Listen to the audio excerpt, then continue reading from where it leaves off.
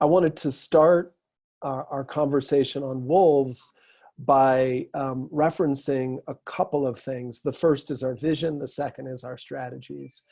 Guardian's vision is to see wolves recovered across the American West, from Canada to Mexico, from the Cascades to the greater Gila in the Southwest, and everywhere in between.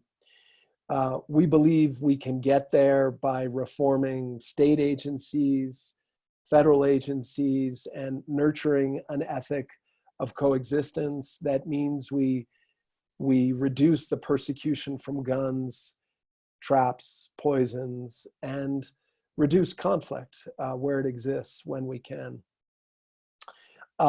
That's our vision. We have three basic strategies.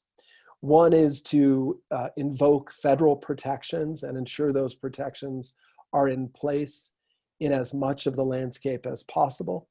The second is to deal with conflicts with ranchers and the issue of public lands grazing.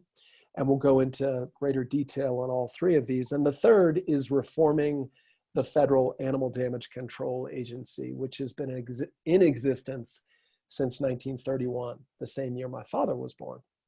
So I thought we would start all of this by having us listen to the howls of a particular wolf that has a relevant story. So we're going to hear from a wolf, and then we'll talk more.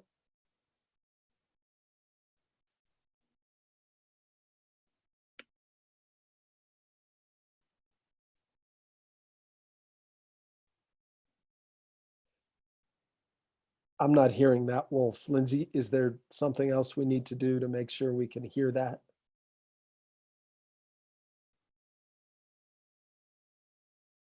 You're muted, maybe. Maybe that's what it is. Is your machine muted? Let's try it again.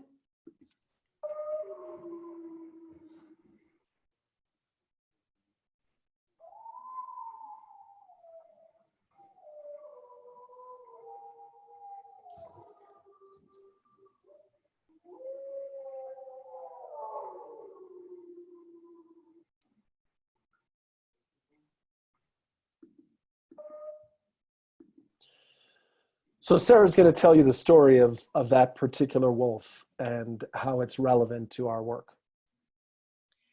Yeah, and that was actually the pack of wolves who returned to the site where Spitfire was killed in late November. This is Spitfire that you should be seeing here. Late November of 2018. Spitfire herself was a celebrity, and she was the daughter of 06, who was known as the most famous wolf in the world. She had a New York Times obituary written about her. 06, this is Spitfire 06, named after the year she was born, was an incredible hunter. It normally takes 4 wolves to take down an elk, and 06 had figured out how to take down a wolf on her own. An elk on her own. And she started doing well at a time when Yellowstone wolves were struggling a bit, and she started doing well, and she survived a bunch of challenges, and then Spitfire took over as the alpha male after her mother was killed, and kept the Lamar Canyon pack, doing well.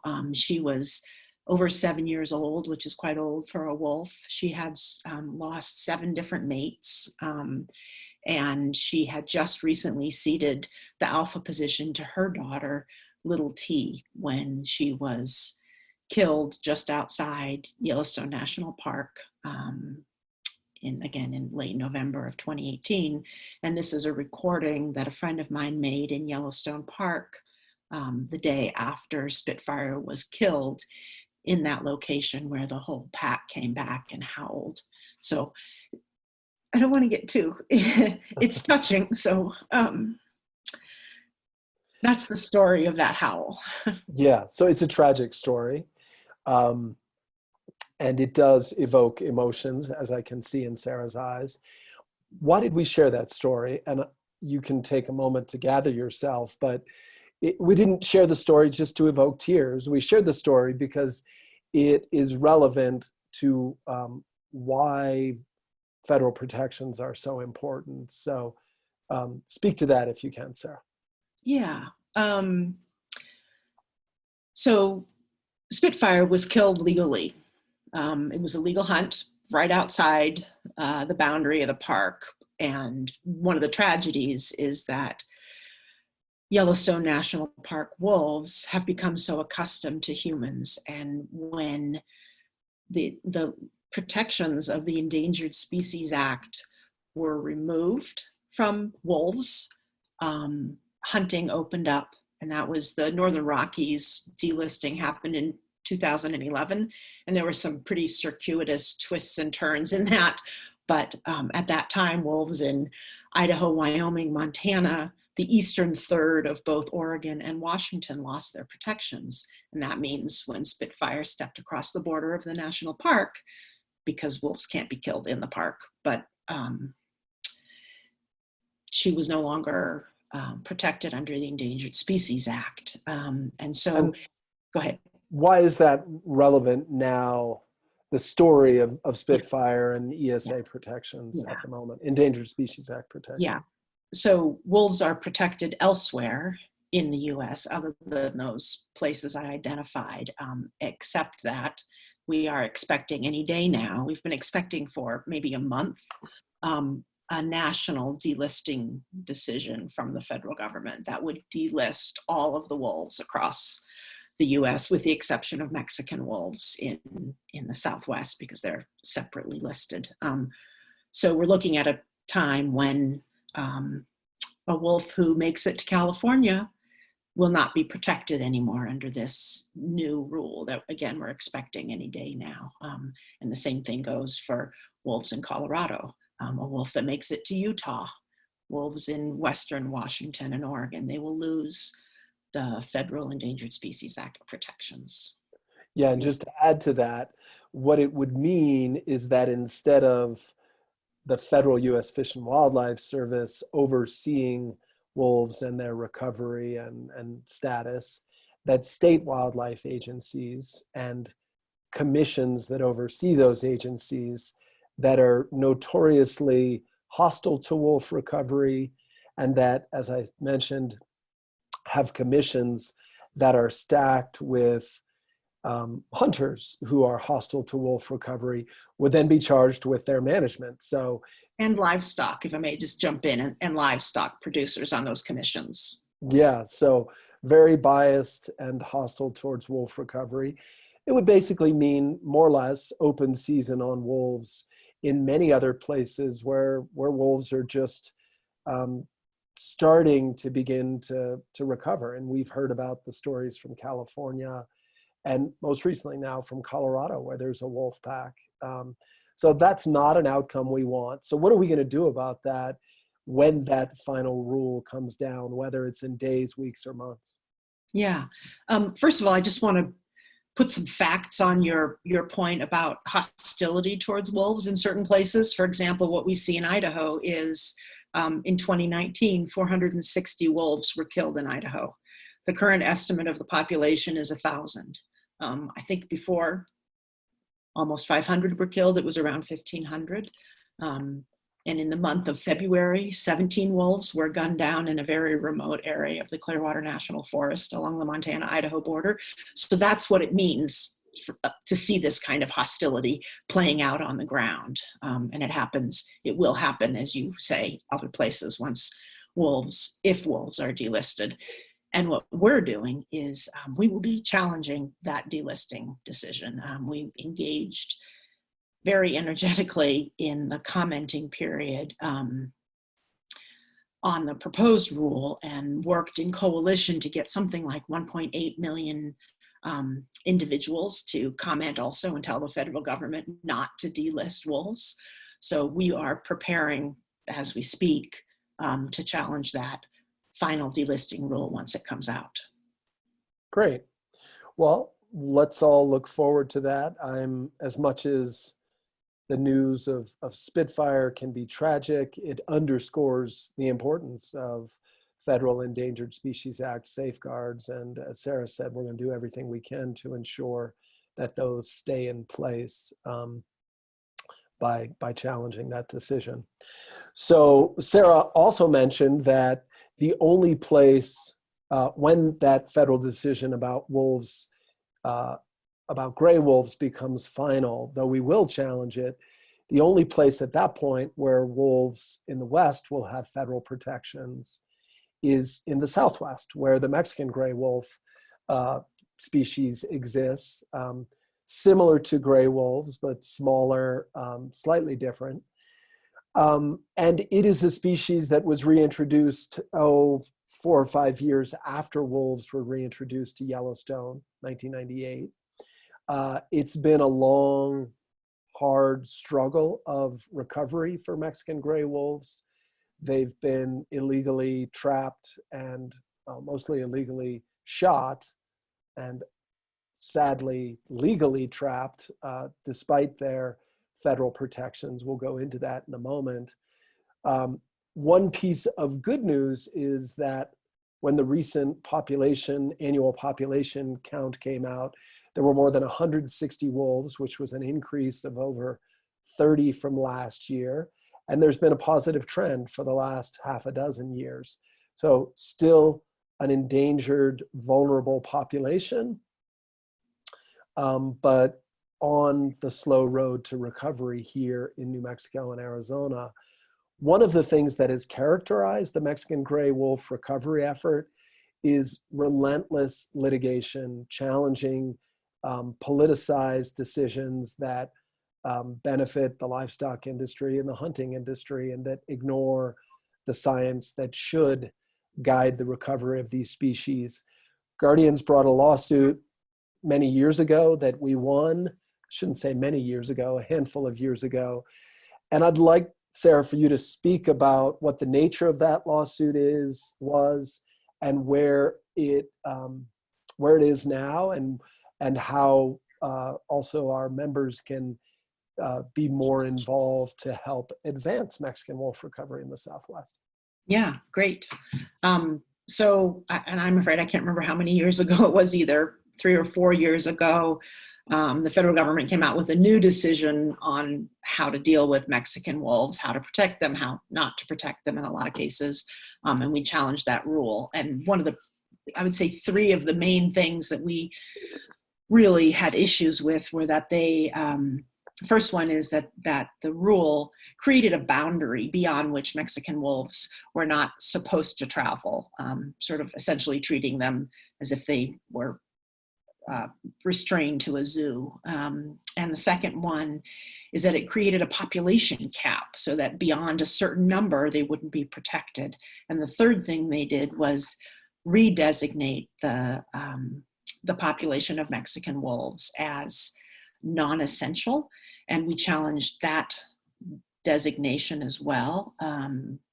And essentially, what does that mean? What does that mean? What does it mean to be non-essential when there are only 160 wolves at the time of the designation?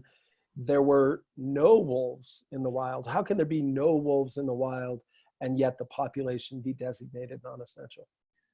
Well, that was the original designation when there were no wolves, and that was just completely wrong. And that's before my time. So I actually don't know what in the world they were thinking. But I know that the more recent rule, they just maintained that designation, even though there was a population in the wild.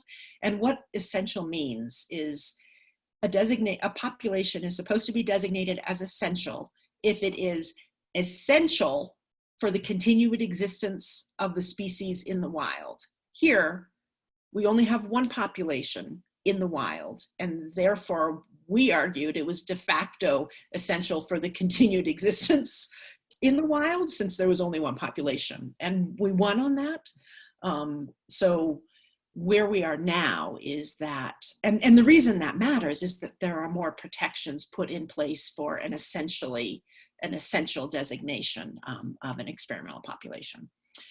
And where we are now is that we are expecting a new rule. Again, we're expecting an awful lot, unfortunately, from this administration. Well, we're not expecting, if you know what I mean, like we don't have high expectations from this administration, but we are awaiting a whole bunch of rules from them, including the new rule on Mexican wolves that was ordered by the court in the case that we won. And Chris Smith, who's our Southwest wildlife advocate, has been developing a landing page that will allow people, a website that will allow people to come and figure out how to engage, how to comment on, how to let the agency know that this decision is bad, because we're assuming that it will be bad again.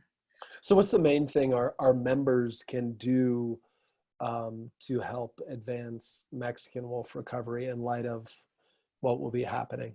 Is it commenting? What's the main thing you would suggest they do?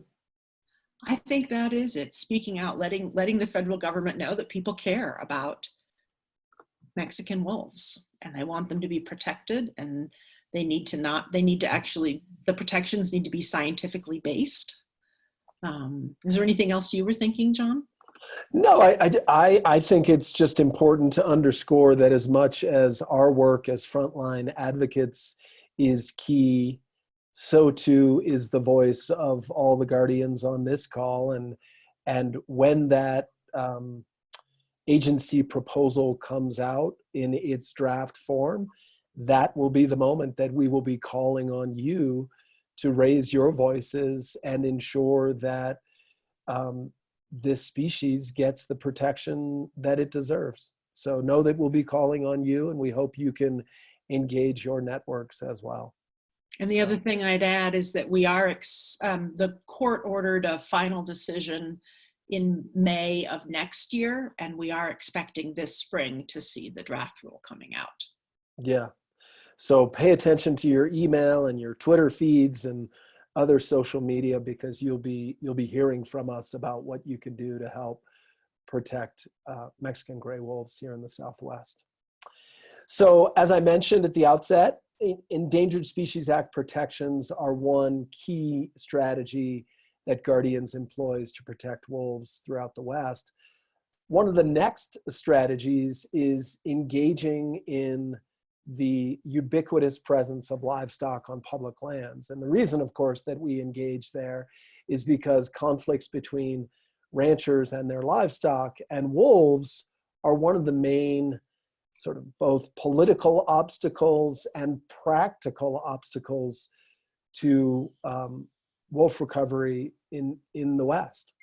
So we are actually working in two main ways to address this issue of public lands livestock grazing. One of them is very collaborative. One of them is sort of more conventional. I'll speak to the first. Sarah will largely speak to the second. So grazing is a deeply entrenched use of our public lands. There's social, political, and economic clout there. And starting about 10 years ago, Guardians decided that we would make a fundamental pivot in our approach to livestock grazing and try to work with ranchers to retire their grazing permits. What that basically means is we would reach out to ranchers on a very sort of novel but human basis and see if they want to retire their permits in exchange for financial compensation. It's a strategy that we've pursued successfully on the Gila National Forest on one particular allotment where there's a pack of wolves called the Dark Canyon Pack. We intended to pursue that strategy with other ranchers and the Forest Service on multiple other allotments, but under the Trump administration, the agency has become more reluctant and resistant to collaborative approaches that resolve conflicts and that reduce the physical footprint of the livestock industry. Hey, John. Yeah. Oh, go ahead. I was just going to ask a question. So makes sense to me. Let's retire these permits, right? We get the cows off, we get rid of the main reason for conflict, and then wildlife and wolves particularly are safer. I think there's a difference between legislative and administrative permit retirement. Were you about to go there? Yeah, that's actually, thank you for the question. So we, the way that the administrative strategy works is in collaboration with the agency. The agency says, you know what, we're tired of the conflict. These two parties have come together, a nonprofit organization, the ranchers. We don't really need to know the details. We agree when the rancher waives the permit back to not reissue it to the next rancher. That's how the administrative retirement works. As I noted, the reason that we are no longer pursuing that strategy is that anywhere the agency doesn't want to do that, it can't come to pass. So we have about a dozen ranchers in the greater Gila bioregion of New Mexico and Arizona where ranchers would like to relinquish their permits. So the way to make that transaction permanent and durable and provide wolves the freedom to roam for decades and centuries is to have Congress pass legislation, in our case, 2 short, very clear paragraphs. That's it. That would say when the rancher waives his or her permit back to the federal land management agency, whether that's the Forest Service or the BLM, that transaction would be permanent. So we have been working for many years now, probably 4 or 5, to get Congress to do that in the Southwest, with the hope that once we had a legislative authorization in the Southwest, that it would become the first of many authorizations to allow this to happen throughout the West on public lands, so that anytime a rancher voluntarily wanted to relinquish his or her permit, they could do so without having to deal with the complex culture and politics of the federal land management agencies. So we've been engaging Senator Udall and Heinrich in New Mexico. We'd like to think we're very close to getting a legislative authorization. Once we have that, we believe we could retire permits within 6 months on 250,000 acres of land, and within 6 years, maybe 2 million acres of land. And that, like I said, that authorization would then become the norm in other Western states, so that as wolves disperse, whether it's to California or Colorado, and conflicts arise, that this is a tool that parties can use to reduce conflicts. So it's been a long struggle, as is the case with any meaningful paradigm shifting reform. We're deeply committed to it. We've got major financial capital waiting in the wings to be deployed once we've got a legislative authorization. So we're both, I think, frustrated with the absence of real with legislation, and yet optimistic that we're going to get there. So as I said, that's one way we approach the dilemma of public lands grazing and conflicts. Sarah's going to speak to another, which is a more conventional approach. I am, but I also wanted to ask if you wanted to let people know about, isn't there a film on our website that? Yeah, that's a good point. Thank you. So if you're curious to understand why a rancher would want to do this, we actually have a film on the front page of our website about one of the ranchers that we have been working with for, oh gosh, about a half a dozen years. It's a short 7-minute film, and it tells the story from his and his family's perspective about why permanent retirement makes sense to them.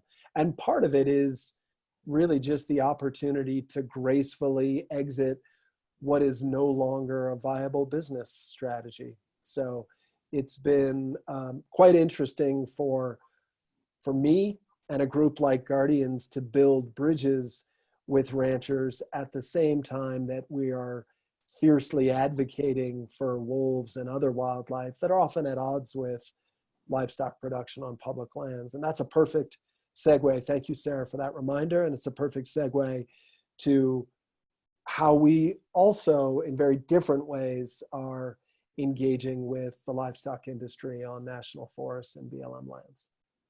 Yeah, so that's a more collaborative approach.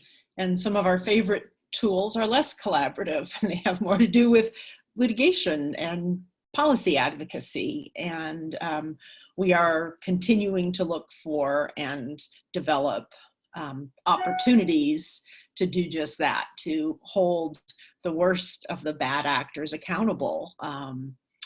And I have, and really to ensure that ranchers and federal land management agencies are doing what they need to be doing. And I'm wondering if, John, you might tell us about one of the worst bad actors and the impact on the Profanity Peak Pack, Washington. Sure, I will absolutely do that. And I think I want to provide people some context here about why this is so important. So there are hundreds of millions of acres of public lands in the American West that are managed by not only the Park Service, which are probably the most well-known, but the Forest Service and the BLM. On more than 250 million acres of those Bureau of Land Management and National Forest lands, livestock grazing is a permitted, authorized use. What that means as wolves are dispersing across the West is you're not only running into real conflicts, but you're running into deep-seated cultural conflicts, because in many instances, it was these current ranchers' grandparents or great-grandparents who eliminated wolves. And so what we're seeing is a conflict of cultures, and that is manifested in some places more painfully and powerfully than others. One of those places is on the Colville National Forest in Washington, where there is a pack, was a pack called the Profanity Peak Pack, which was a direct lineage to the wolves from Yellowstone and the Northern Rockies that dispersed over the last decade and took up residence on the Colville National Forest, where there was and still is a permit to graze cattle on these national forest lands. And the rancher in this case, on multiple occasions, put salt licks directly within the home range and the den of the Profanity Peak Pack. Now, that is what we believe a deliberate intent to incite conflict by enticing the wolves into an area in very, very close proximity with wolves, not only with wolves generally, but right after the wolves were coming out of their dens and are, on the hunt, even more so than they might be at other times of the year. So it was a recipe for conflict, and given the way, as we alluded to earlier, the way state wildlife agencies deal with this, they often make decisions that benefit livestock producers and or hunters. And so in multiple years, consecutive years, the state wildlife agency in the state of Washington called for the complete elimination of this pack. And it's a notorious public lands rancher who, as I said, was trying to make a difficult situation, instead of trying to figure out how to accommodate things, a difficult situation made far, far worse. And so it's been one of the more highly visible and highly profiled stories about conflicts between public lands ranchers and wolves in the American West. There was a New York Times Magazine story about it. lots of conflict between the various agencies. There was a professor from a university in Washington who was trying to be an advocate for wolves and whose livelihood and position at a university came under great scrutiny because of his decision to stand up for wolves. So it's largely been a situation that has where wolves have ended up on the short end of the stick, and we're trying to change that. Sarah's going to talk about what we're doing to change that. Yeah, and because we are in development of some of these things, I can only say so much because we do have to keep them confidential until it's public. But we are looking into litigation that focuses really on the federal land management's the agency, the Forest Service's failure to manage grazing on the public lands in a way that reduces conflict and minimizes risks to wildlife and wolves in particular for this area. So we have focused on Wildlife Services, which is the wildlife killing agency we'll be talking about. And this is an attempt to hold the Forest Service accountable as well for what they allow to happen on the lands that they manage. We're also looking at a policy angle, reaching out to the governor of Washington and trying to make some changes outside of litigation as well. So I can only say so much because we're in development. That's perfect. I just, months.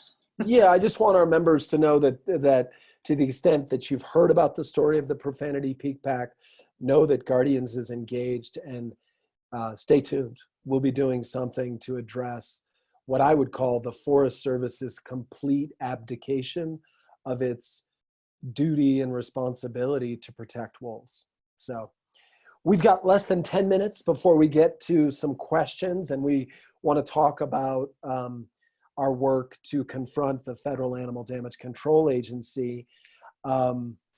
As I mentioned, this is an agency that's been around since 1931, the year my father was born, deeply entrenched. We've been engaged in, for more than a half a dozen years, legal advocacy that is constraining the geography on which the agency can operate and the tools that the agency can use. We last month settled a lawsuit in Idaho that garnered a lot of media attention. We feel good about it. Sarah's going to talk about that settlement.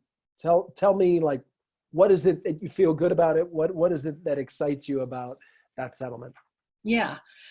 So first of all, it's the fourth in a series of settlements so far against wildlife services. So we have Wyoming, Nevada, Northern District of California, and now Idaho, where we've reached settlements that, as you say, constrain the geography and limit the tools that they can use to kill wildlife. And in Idaho, it was specific to wolves. We're working on the rest of it, but this particular case was specific to wolves, and there were a number of provisions that are exciting, and granted, they are temporary until a new analysis is completed by the agency. But in the meantime, no wolves will be killed by wildlife services in designated wilderness areas and then several recreation areas. No M44s will be used in Idaho. Wildlife services will not kill wolves for ungulate protection. That has been one of the things in Idaho is, our elk population are doing so poorly. Everybody wants to hunt elk. We have to kill wolves so that people have more elk to hunt. So wildlife services is not allowed to do that. Wildlife services cannot kill wolves on private lands unless documented and confirmed evidence of livestock take or attack by a wolf. Wildlife services cannot use snares for wolves in the state, and all traps that they do set. And again, we would like to have done even more, but in the limited context of this lawsuit, this is all we can do. But all traps have to be checked within 72 hours. So again, that's added to Wyoming, Nevada, and Northern District of California. You know, thank you, Sarah. When I look at this map, what comes to mind to me is like, these are beachheads in ending the war on wildlife. And one of the things I wanted to ask you as well is, given that this settlement not only protects these areas as beachheads, but sets in place a process that the agency now needs to undergo, what is it that our members can do in the years ahead that will help ensure that these beachheads of protection become permanent and perhaps even bigger? Yeah, the first obvious thing is that there will be a new NEPA process. The agency will develop a new environmental impact study or analysis, depending on which of the states we're talking about. And there will be an opportunity for the public to engage and tell the agency what they think of their proposed actions. And in addition, we have a lot of federal advocacy work that we're doing. So for example, we are advocating for an M44 ban bill. It's been introduced. It exists in both the House and the Senate. And we invite and encourage and ask our members and supporters to let their representatives know that they should be banning M44s. We shouldn't be using, and M44s, these are the cyanide bombs that are planted on public lands, and then when they're triggered, they shoot gas into the face of whatever triggered the device. So there are a number of different ways, including specifically if there are areas you're interested in, like if you're particularly interested in Idaho, engage in that comment period, and we will be providing opportunities and letting people know when that happens. Is that what you were looking for, John, or other? No, that's exactly right. So for all of the folks on this call, just know that this federal victory, this settlement, is not as durable as we'd like it to be. And we're going to need citizens across the country to continue to put pressure on the agency through these planning processes and to put pressure on Congress. So before we get to our closing, I understand we've got a settlement in Montana that we hope, I could be in trouble for saying that, but that's forthcoming. Just in 30 seconds, tell us what you can about that and what we should be looking for.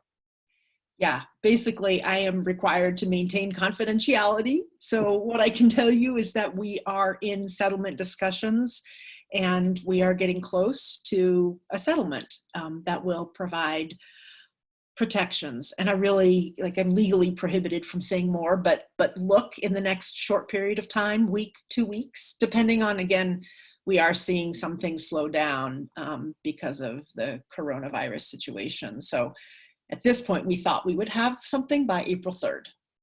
We don't know if that's still moving forward exactly on timeline. I've made Sarah uncomfortable when she puts on her lawyerly hat. I just want all you all to know that there more good news in the offing. We hope that will build on Wyoming, Nevada, California, and most recently Idaho. That is, there's a sustained campaign on our part. So there's much more that we could talk about with respect to wildlife services, the Federal Animal Damage Control Agency. If you're interested in learning more, know that next month's call will focus exclusively on our efforts to ban the cruel tools and reform this agency so that they are truly guided by an ethic of coexistence. So we started with howls. I want to leave you with some additional howls and a story before we get to your questions.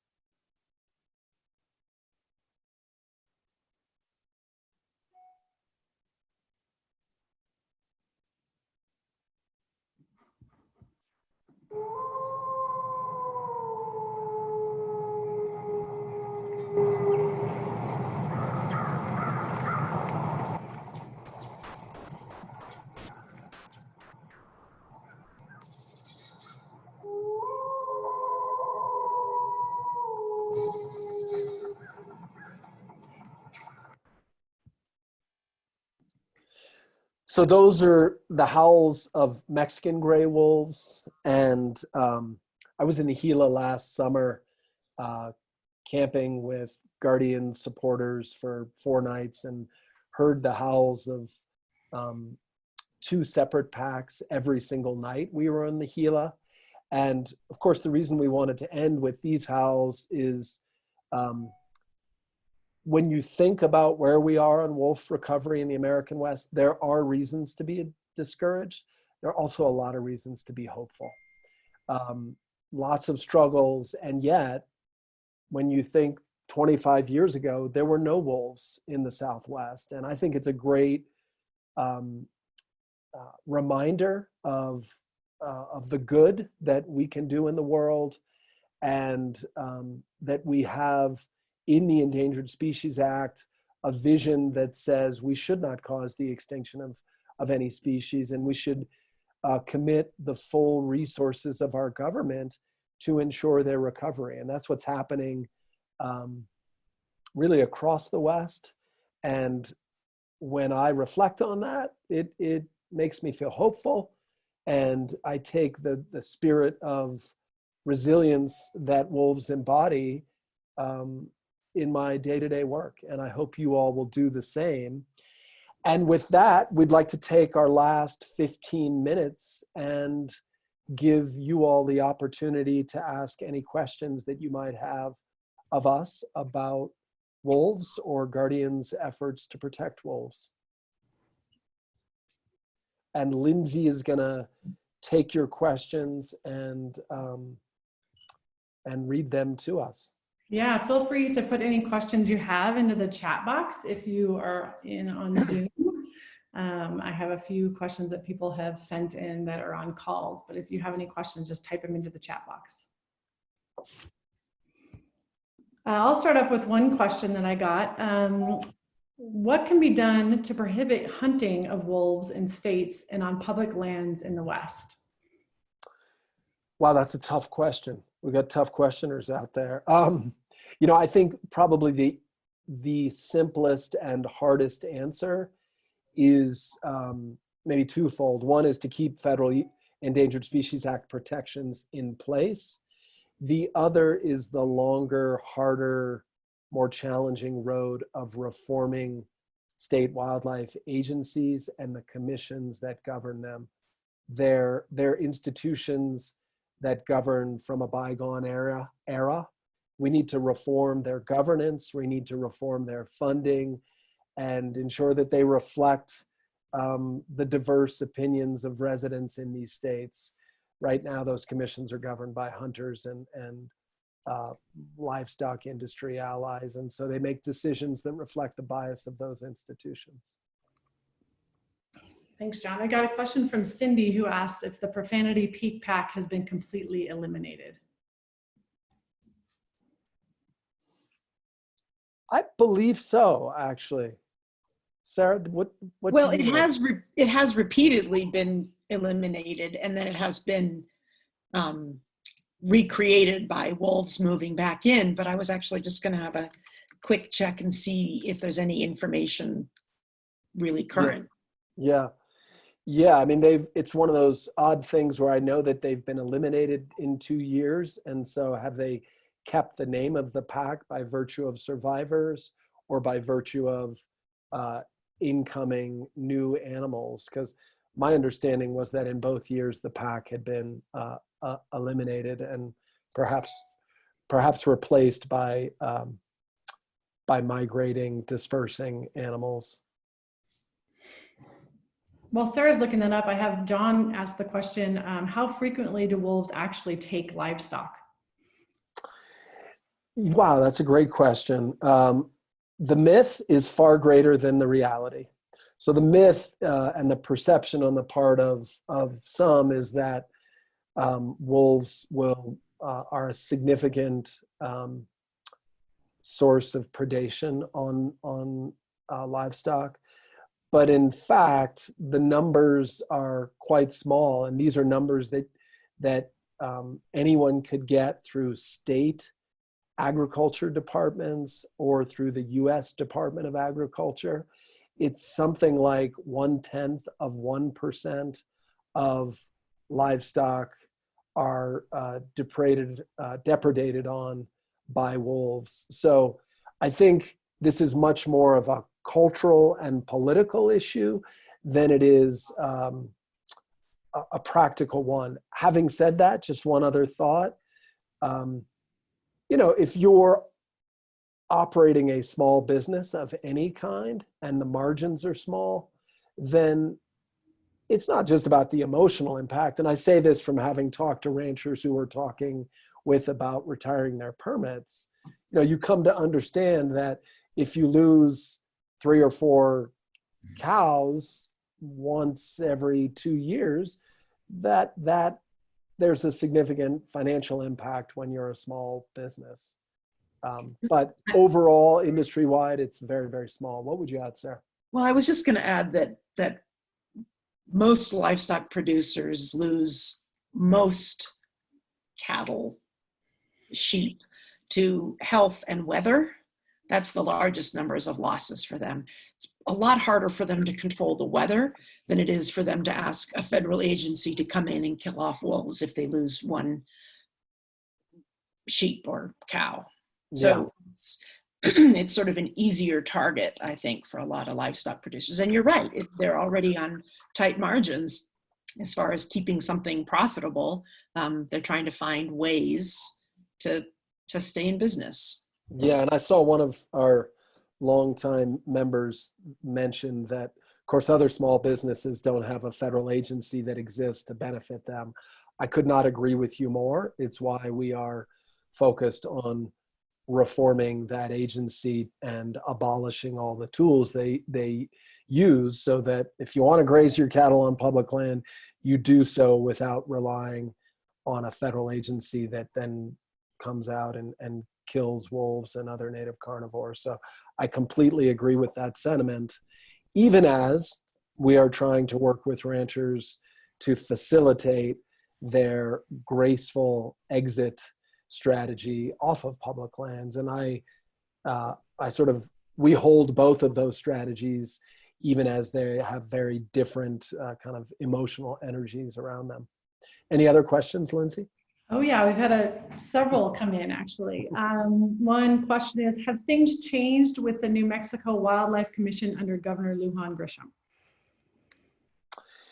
Not enough. I mean, actually, it speaks to one very deep frustration of mine and ours at Guardians, which is trapping.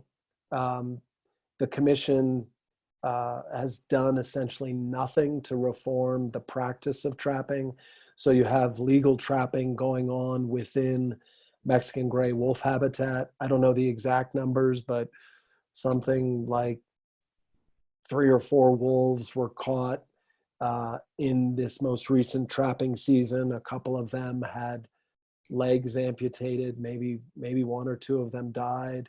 So unfortunately, it speaks to the problem of culture and governance, and we need to change that change the governance and structure and funding so that they're more representative of public opinion on these matters. Next question is, what is Guardian's role in the Colorado Wolf Reintroduction Ballot Initiative? We're largely supporting the efforts of the Rocky Mountain Wolf Project. We're a founding member of the Rocky Mountain Wolf Project, whose sole purpose was to put wolf recovery on the ballot initiative. They did so successfully, and wolves are going to be on the ballot this November, and hopefully Coloradans will vote to direct the state wildlife agency, Colorado Parks and Wildlife, and the commission that oversees them to engage in a scientifically based wolf recovery effort in the state of Colorado. I just want to add that the only reason that issue was put to the ballot is because of the governing failure of the commission and the agency to take actions that reflect the will of the people. Now, I'm assuming that the ballot is gonna win. The citizens initiative is going to win when it's voted on by the people of Colorado. All the polling indicates that wolves are quite popular, and the only reason they're not in Colorado is because you have this biased agency that governs from a place of serving the interests of the livestock industry and the hunting community. As a follow-up to that, someone asked, can state governors enact legislation to protect wolves?